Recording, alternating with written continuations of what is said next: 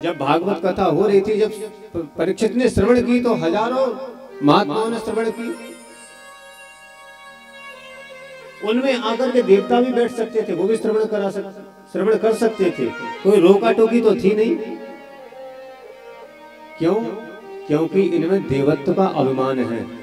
यदि हम इन मरण धर्मा प्राणियों के बीच में बैठ करके हम कथा सुनेंगे, अरे हम देवता हैं, हमारे देह से दिव्य सुगंध निकलती है और इनके देह से दुर्गंध निकलती है पसीना की, हम इनके बीच में कथा सुनेंगे तो थोड़ी पोजीशन डाउन हो जाएगी। अच्छा, बहुत से ऐसे भी होते हैं जो धनाभिमानी, अरे हम ऐसे बैठ करके कथा सुनेंगे तो थोड़ी पोजीशन, इच्छा तो बहुत है सुनने की, लेकिन वो चाह करके भी नहीं आ पाते, उनको अभिमान रोक देता।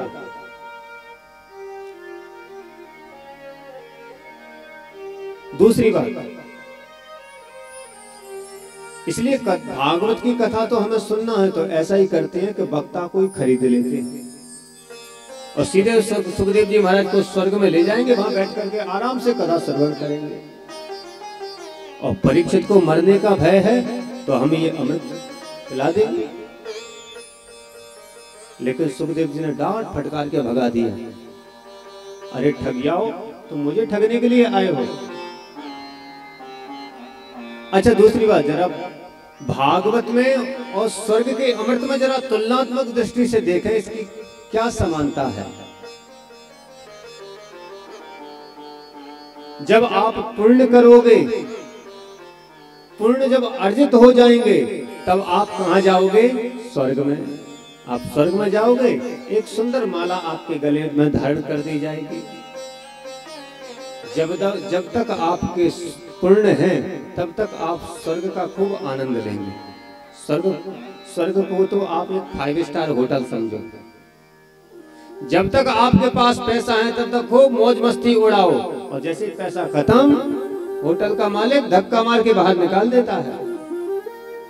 इसी तरह से स्वर्ग है, आपके पास जब तक पुण्यों का खजाना है तब तक आप स्वर्ग में हैं।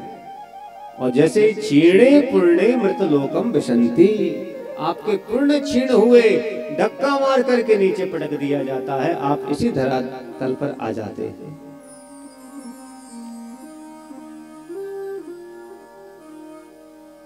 तो स्वर्ग का अमृत ऊपर से नीचे गिराता है, क्योंकि आप पुण्य कमा करके आप स्वर्ग में पहुंच गए। इसके बाद में जब पुण्य क्षीण हुए तो धरातल पर आ गए। लेकिन भागवत रूपी अमृत क्या करता है? बोलिए, नीचे से ऊपर पहुंचाता है, गिराता नहीं है, एक परम पद को प्राप्त कराता है। और वहां जाने के बाद फिर आवागमन बिल्कुल खत्म हो जाता है। पहली विशेषता तो स्वर्ग का अमृत ऊपर से नीचे गिराता है और भागवत रूपी अमृत नीचे से ऊपर पहुंचाता है, परम पद दिलाता है। दूसरी विशेषता, स्वर्ग का अमृत पक्षपाती है। कैसे? आप जब पुण्य करोगे, जो सुकृत आत्मा होंगे, पूर्ण आत्मा होंगे, उसी को ही वो अमृत मिलेगा, स्वर्ग में जाएगा। अच्छा, कोई गारंटी नहीं, क्योंकि एक ही घड़ा समुद्र मंथन से मिला था अमृत का, और वो अब तक चल रहा है, हमको पीने के लिए भी नहीं मिलता। आप कल्पना करो, यदि एक एक बूंद थोड़ी थोड़ी पिलाई होती तो कब का खत्म हो गया होता। तो ये पीते पिलाते नहीं है अमृत को। बोले क्या करते हैं? बोले सूंघ सूंघ के काम चलाते हैं। प्रेम से बोलो, कैसे? एक गांव में 3 कंजूस थे, नंबर 1 के कंजूस। गांव में उनका नाम था भैया, अरे दर्रा की तो छोड़ो, आसपास के गांव में भी नाम था उनका, तीनों कंजूसों का।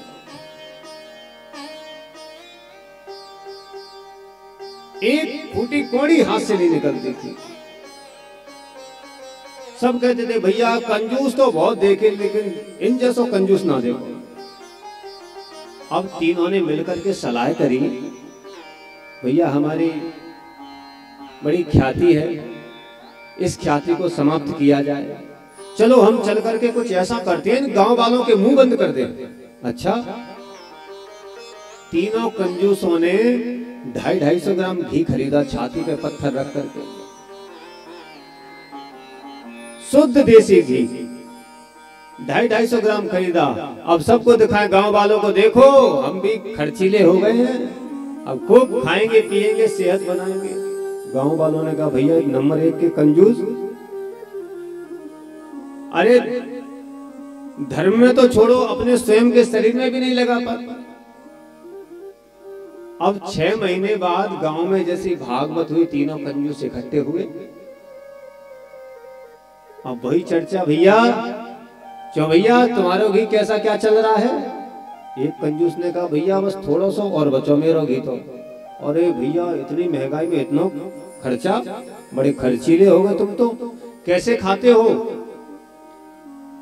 बोले भैया मैं तो एक रोटी ऊपर की चिपड़ लाऊं, एक रोटी नीचे की चिपड़ लाऊं, और मन में ऐसा विश्वास करूं प्रत्येक रोटी में घी लगाओ भैया, तो मेरा तो थोड़ा सा और बचो।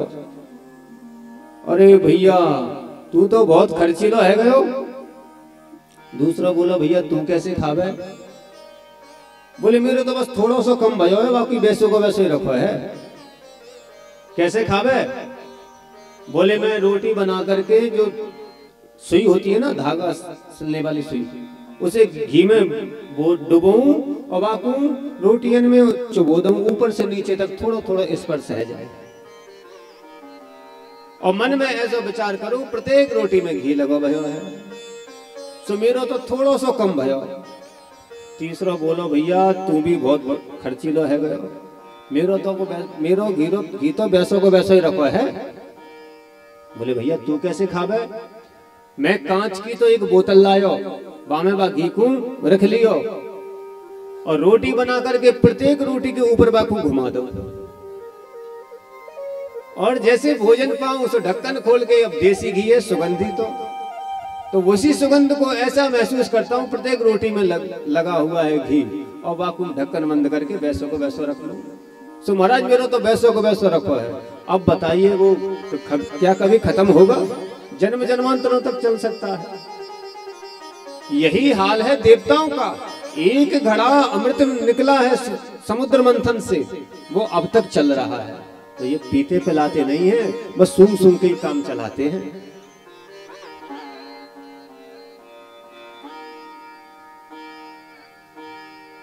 तो जैसे ही जीवात्मा वहां जाता है तो उस पूर्ण आत्मा को वह अमृत की थोड़ी सी सुगंध उसे दिला देते हैं, लेकिन पक्षपाती है। जब पूर्णात्मा होगा उसी को ही वो दिलाएंगे। लेकिन भागवत में चाहे पुण्यात्मा हो पापात्मा हो, कोई कैसा भी हो, ये पक्षपात नहीं करते। कोई भी आए कैसा भी आए, आकर के ये सबको पिलाई जाती है। तो स्वर्ग का अमृत पक्षपाती है, भेदभावी है, लेकिन भागवत रूपी अमृत ये निष्पक्ष है।